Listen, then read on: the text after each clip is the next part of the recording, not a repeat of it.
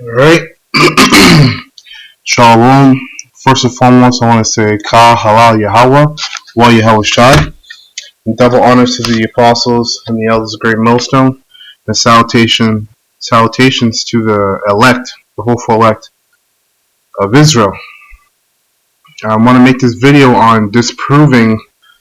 Basically, I'm going to call this video Disproving Hell by Proving Reincarnation.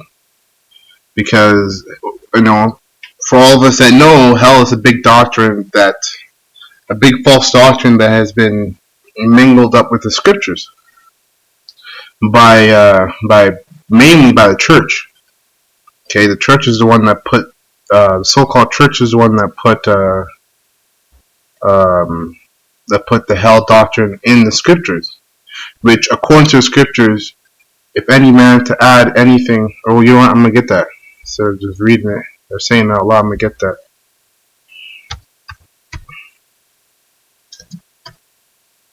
Because the hell doctrine of a place, now hell is real, don't get me wrong, but hell is not a place where you go burn forever and you're in everlasting torment.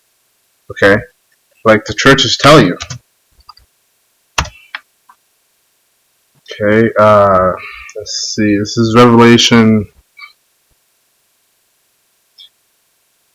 Okay, Revelation 22 and 18, it says, "For I testify unto every man that heareth the words of the prophecy of this book. If any man shall add unto these things, Yahweh shall add unto him the plague that are written in this book." Okay, so guess what? For all you so-called pastors out there that are pastoring a church, a whorehouse of thousands of people or hundreds of people, okay, this is what you're doing. You're adding to the scriptures, because in the scriptures there's no such thing as a place where you go burn forever and everlasting torment, and Satan's down there with horns and a pitchfork poking you and constantly torturing you. That is just foolishness, man. It really comes from Greek mythology, and I'm gonna prove it. So I just typed in hell in Greek mythology, and it says Hades, the eldest son of the Titans Cronus and Rahia, brother of Zeus and Poseidon, is the Greek god of the underworld. He was also not a tormentor.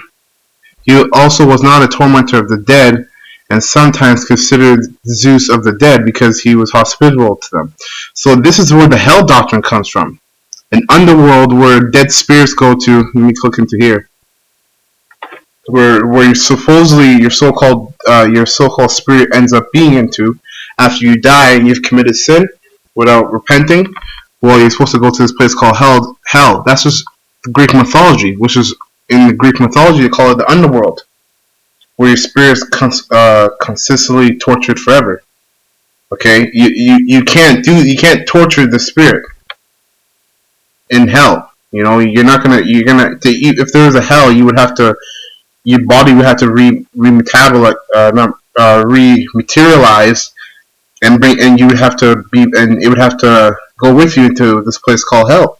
When we all know your body dematerializes when you die. The only thing that leaves this earth is the spirit. Okay? So it says the Greek underworld is mythology, is an otherworld where souls go after death. It's the same idea as hell, and is the original Greek idea of afterlife. At the moment of death, the soul is separated from the corpse, taking on the shape of the former person, and is transported to the entrance of the underworld. The underworld itself is described as being either at the outer bounds of the ocean or beneath the depth of the ends of the earth. It is considered the dark counterpart of the brightness of Mount Olympus, which is heaven in Greek mythology, and is the kingdom of the dead, which is hell, or so-called hell.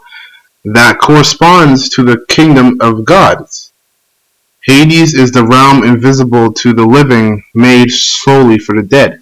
So this whole hell doctrine is nothing but just Greek mythology. Okay, it comes from Greek mythology, which, if you want to go back to Constantine, okay, he really helped add that doctrine of hell. You know, because the modern day Christianity that everybody knows as today really comes from him. You know, and Constantine was a Jake too, by the way. Okay, and that's where that basically comes. They took two religions and mixed them up. You know, mangled them up together and put in what was good, what would work for them, and what wouldn't work for them, and took out what wouldn't work for them. Because really, if you think about it, when it comes to hell, the whole idea of hell for the church was to scare the people into basically coming into the church. Because what happens is, when you scare the people, you have control over them, right? And when you scare them, you basically, because basically how Christianity works is, if you don't go to church, you're basically going to go to hell. That's basically how it works, or that's how it's presented. Okay, if you don't go to church, you're going to go to hell. So to get away from going to hell, you have to go to church. But when you're in church, guess also what you got to do? Pay tithes. You see? And I'm telling you, these pastors think of these things because it's a business scheme. It's a business scheme because the more people you get, the more people you have in your church, the richer you're going to be as a pastor. Okay, you have 50,000. If you have 50,000 people, giving 10% of their paychecks, you're going to be filthy rich, man. Some of these people make more than other people, so it's going to have an abundance of money coming in. It's just a scheme. Now I'm going to prove through the scriptures, through the Bible, that there's no such thing as hell as a place burning forever. You know, being burning forever and being everlasting torment. Okay. First off, I'm going to start off with Job, because Job spoke about dying. Because, you know, for everybody who doesn't know who Job is, he was very suicidal. A man of the Lord who was tried, but was very suicidal. Right here, I'm just read this right here. Quick description of him. Job 1:1. There was a man in the land of Uz whose name was Job, and that man was perfect and upright, and one that feared Yahweh and eschewed evil. Okay, so that's basically what Job was. He was a very righteous man. Okay, he feared the Most High and eschewed evil. Okay, and he was filthy rich. Like it says, basically this is what he had. It says, and there were born unto him 7 sons and 3 daughters. So he had 10 kids. His substance also was 7,000 sheep, 3,000 camels, and 500 yoke of oxen, and 500 she asses, and a very great household. So that this man was the greatest of all men of the East. So he was the richest man in the East. This is Job, the man of the Lord, being the richest man in the East. This is what the Lord did. Skip down to let me get the second verse here, or second chapter, Job.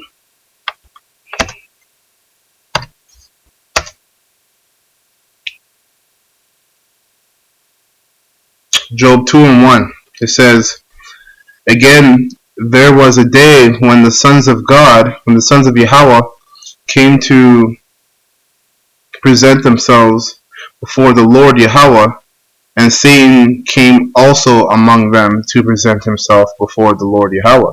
And the Lord Yahweh said unto Satan, from whence comest thou?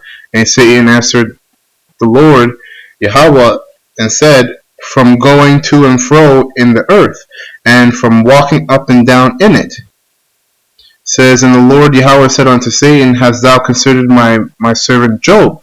So basically, the Most High was, bragging about Job. Saying that, have you considered my man Job?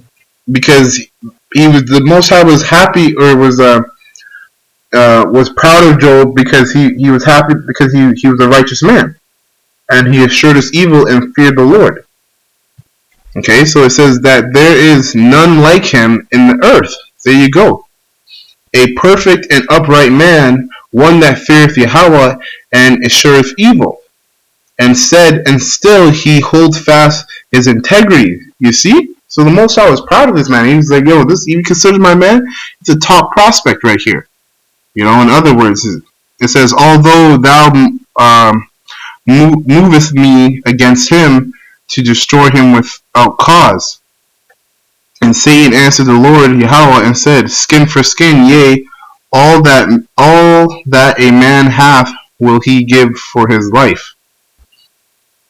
So basically, you know, when all these riches that a man could have, evidently they'll give up their riches for their lives, you know, if you threaten their lives. So Satan's telling the Lord.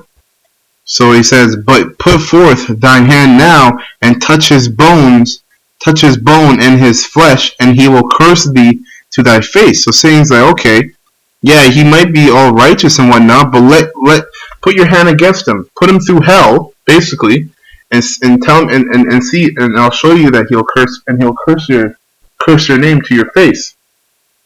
So, and the Lord Yahweh said unto Satan, behold, he is in thine hand, but save his life. So basically, the Lord Yahweh and Satan made a bet. That's really what went down here.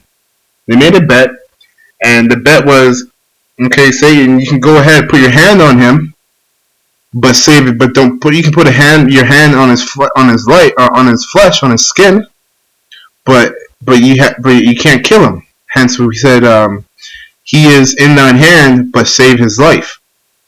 Showing you that Satan's not because another thing, people say that Satan took 2/3 of the angels with him, and went and tried to take over the kingdom of heaven, and he lost and got cast down to hell.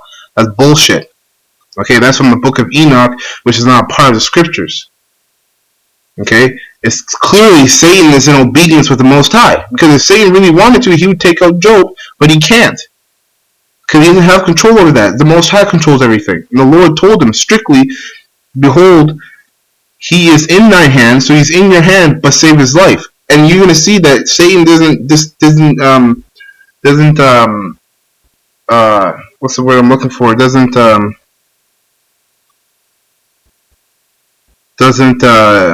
go against what the Lord said. He does exactly as the Lord said. Okay, so basically that's it on that. So that's what happened. That's what was happening with Job. Now I'm going to get into basically I'm going to skip ahead all the hell Job went through, and I'm going to go to Job 3, because basically after all the hell Job went through that Satan put him in, he was basically suicidal, because what ended up happening, he lost his family, he lost his riches.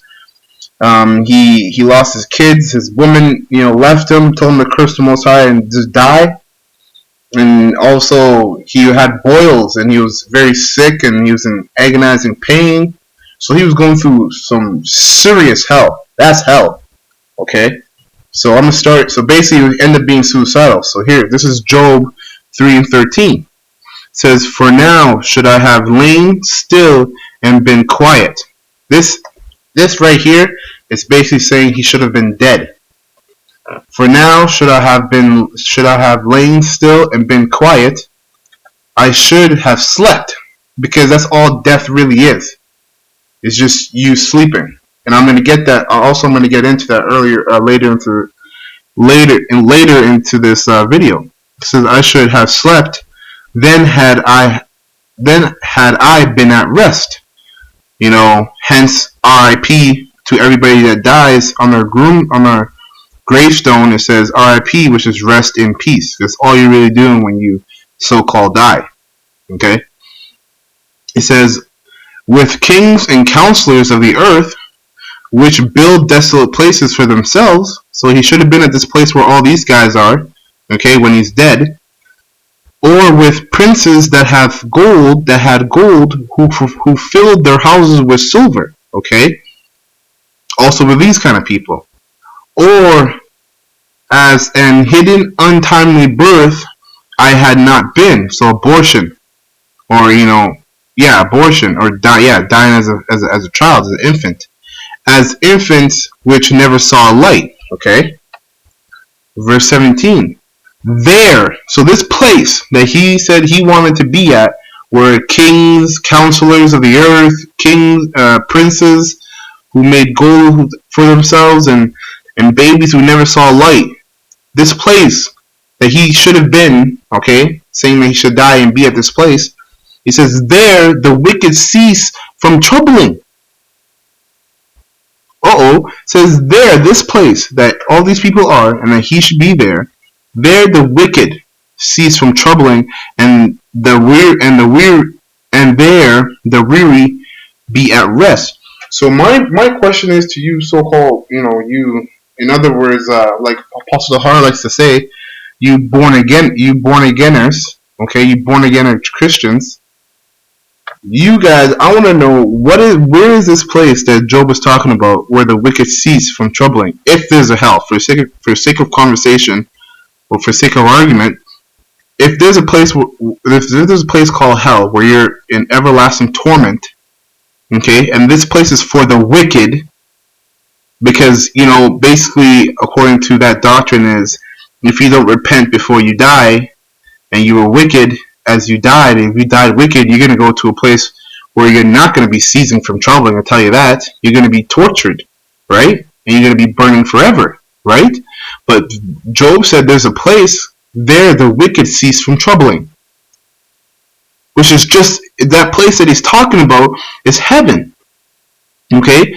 The fourth dimension where really all spirits go to after they die. You go up to the Most High, get your judgment, and you get brought back on earth to live out your judgment, which in turn is what? A cycle of reincarnation. And I'm going to prove what I just said too through the scriptures. But this right here already cuts it, man. And I've been talking to a bunch of pastors, asking them about this place, and they had nothing for me. They had to beat it around the bush, or didn't say anything about it and try to change the topic quickly onto something else. There the wicked cease from troubling. And I know Job was talking about dying, because he was suicidal. Okay? So that's one point that debunks, that can easily debunk this hell doctrine. Because if there's no hell, then the question you have to ask yourself, well, what happens when people die then? Okay? What happens? What's the afterlife? Well, I'm going to prove that it's just reincarnation. I'm going to go to Ecclesiastes 12. This is Ecclesiastes 12 and 7. This is basically what happens in a nutshell. Then shall the dust return to the earth, the dust being you, your flesh, because we were all made from the ground, from the dust of the earth. I think it's 28 base compounds of the earth are found in 28 base elements that are in the earth are found in human beings. So this is where we come from. And also pursuing from the book of Genesis, the first chapter, we come from the ground. Okay? So then shall the dust return to the earth, okay, so your body, as it was, so as you originally was from, and the spirit of that human being, whether it be wicked or righteous. It doesn't say whether it's wicked or righteous. It just says the spirit. So common logic will tell you that he's talking about all spirits. The spirit shall return unto Yahweh who gave it. That's it, man. That's it. That's all that happens. Plain and to the point. Again, Ecclesiastes 12 and 7. Then shall the dust return to the earth as it was, and the spirit shall return unto Yahweh who gave it. That's simple. And when you're up there, you get your judgment, and you come back on the earth and play out your judgment. Because if that's not so, answer me this again, for you so-called born-againers. Why do babies come out all jacked up then? If they're supposed to be innocent and have never done anything wrong, why would the Lord jack up a baby? For example, I always use this as an example, Helen Keller. She came out blind and deaf. Okay, you have babies who come out paralyzed. You know, where their face is disfigured. If these babies are innocent, why is the Lord bringing them out like that? Why does He punish them for that? It's because those babies are the same spirits in the past, just living out their judgment now. That's what that is. And if you think being blind and deaf isn't hell, then I don't know what is. Because I couldn't imagine coming out being blind, not being able to see or hear. You're literally trapped in your own head.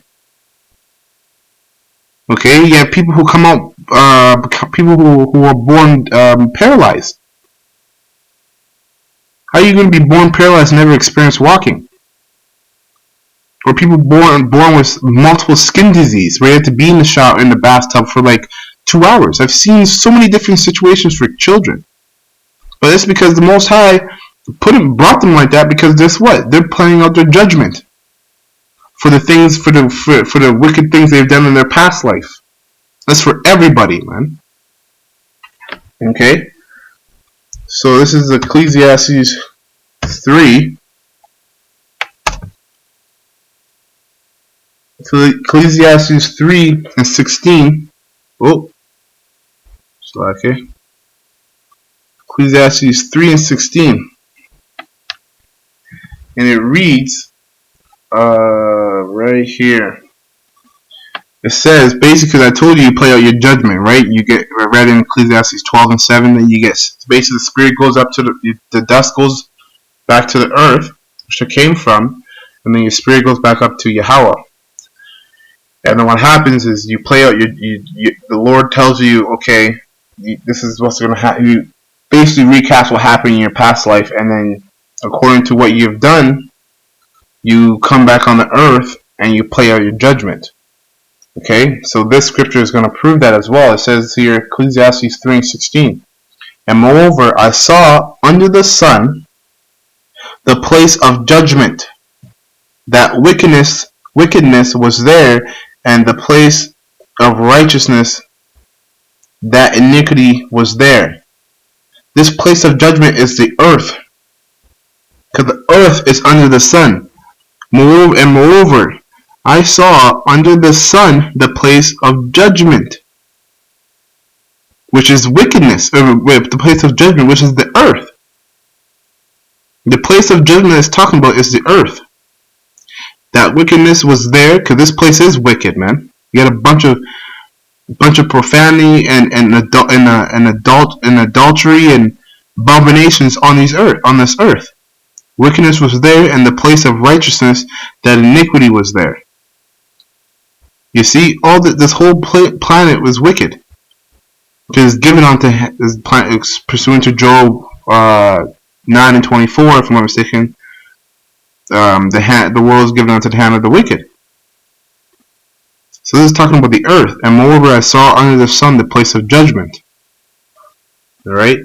Now I'm going to go to Ecclesiastes 1 and 9. Oh. Ecclesiastes 1 verse 9. It says, the thing that hath been, it is that which shall be. And that which is done is that which shall be done. And there is no new thing under the sun. Let me read that again and break it down for you. Ecclesiastes 1 and 9. And, the thing that hath been, okay, so things that have been, so pursuing to the past, the things that have happened in the past, it is that which shall be. So things that have happened in the past are things that are going to happen today. Okay, like war. War happened in the past, slavery happened in the past. Guess what? Slavery is happening now and war is happening today. And that which is done is which that shall be done. Again, saying the same thing. Things that have already been done are things that shall be done again today. And there is no new thing under the sun. That's the reason why there is no new thing under the sun. Is because things that already have been done under the sun in the past are being done again today. So therefore, there is no new thing under the sun. Simple and plain. Alright? Verse 10. Is there anything whereof it may be said, see, this is new, it hath already been of old time, which was before us. So basically, if there's anything that you've ever heard of that, where Esau has their commercials out on TV and says, behold, not behold, but they bring up these new things, like, for example, all these new cars they're making. Guess what? They had vehicles back then too, but it was just horses. That horses and camels also, and donkeys, but predominantly horses were the vehicle of transportation back then. Hence now, how do you measure a car's power? You measure it in horsepower. Because back then, it's what horses, traveling was, when you travel by the way of a horse. So really, when you strip it down to the core of things, the core of a car is transportation. Just like the core of a horse is transportation. Yeah, you might have the car built with metal and all this computer technology. Yeah, but you strip all that away, a horse and a car are the same thing.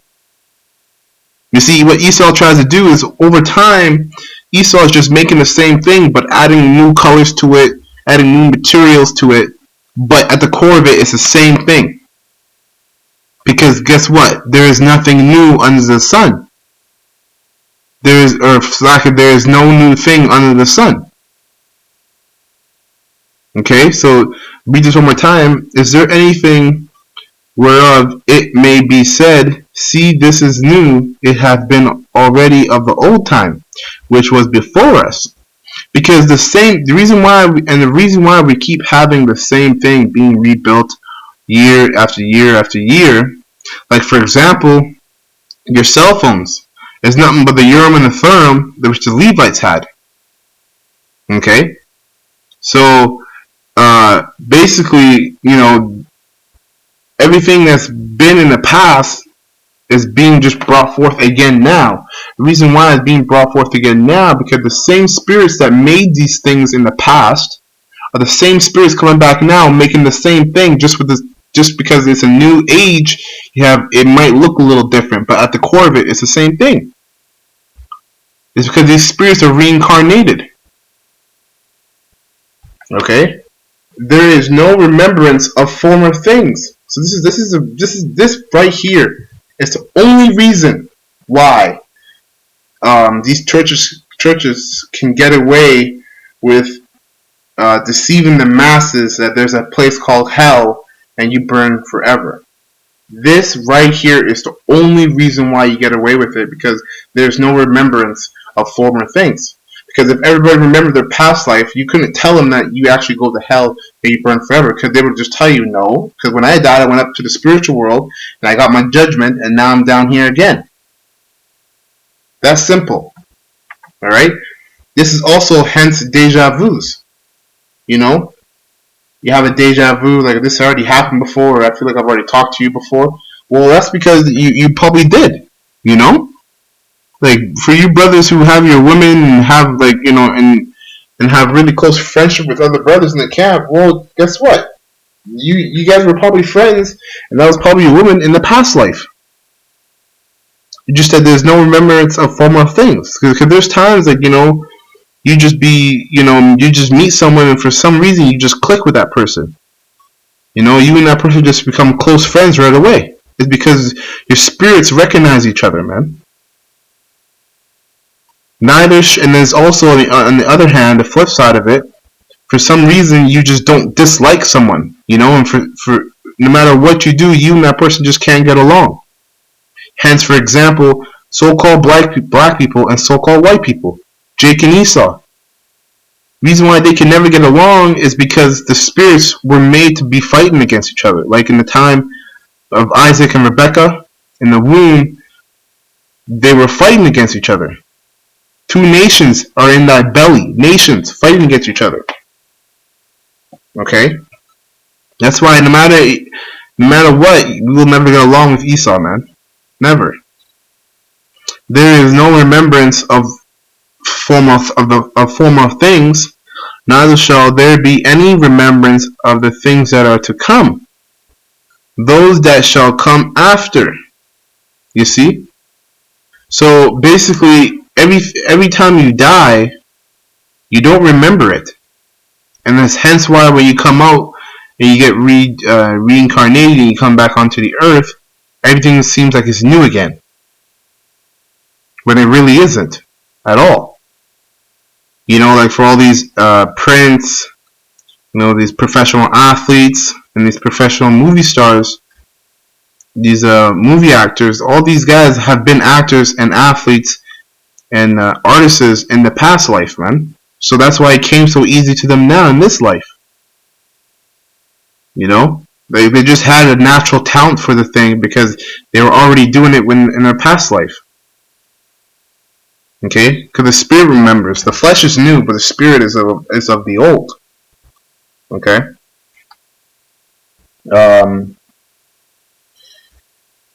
That's it on this. Now I'm gonna jump to Jonah.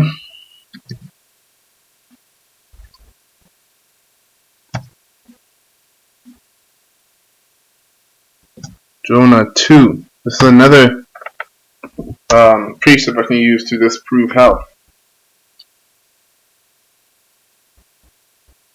Oh, give me a second here, Atheum.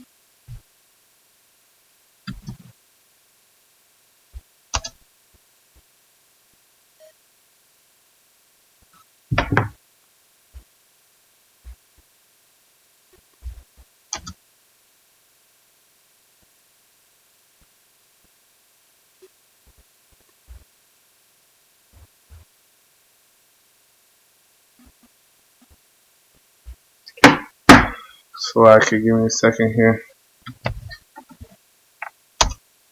Jonah. And oh.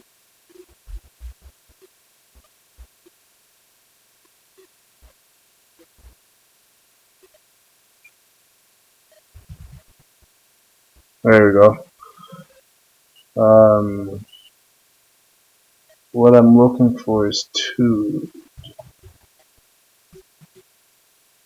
Here you go. That's the scripture I'm looking for. This is Jonah, the book of Jonah, chapter 2, verse 1. If we all know about Jonah. He was basically, the Lord called him to go prophesy unto the land of Nineveh and against Nineveh, and he refused. And the Lord, eventually forced him and got him and caused him to be swallowed up by big fish. It doesn't say a whale, it's another thing. And you guys might say this is tit for tat, like I'm being anal about it, but this is the truth. I don't take this thing lightly, man. We at GMS here, we don't take things lightly. It's not a big whale. And also for the 3 wise men. He didn't say 3 wise men, it just said wise men. Where did you get the number 3 from?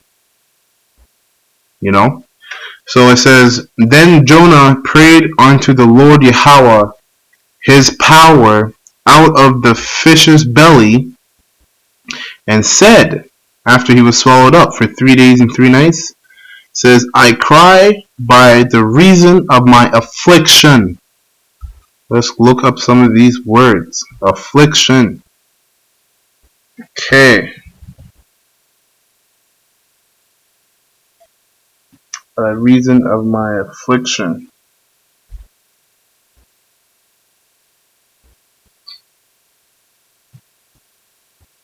Straits.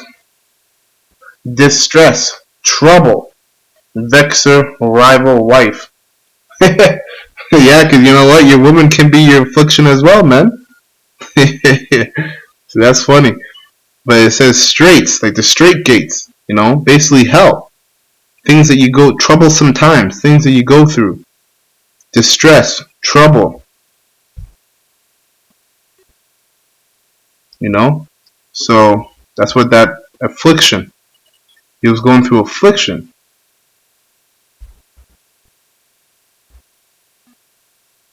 It says,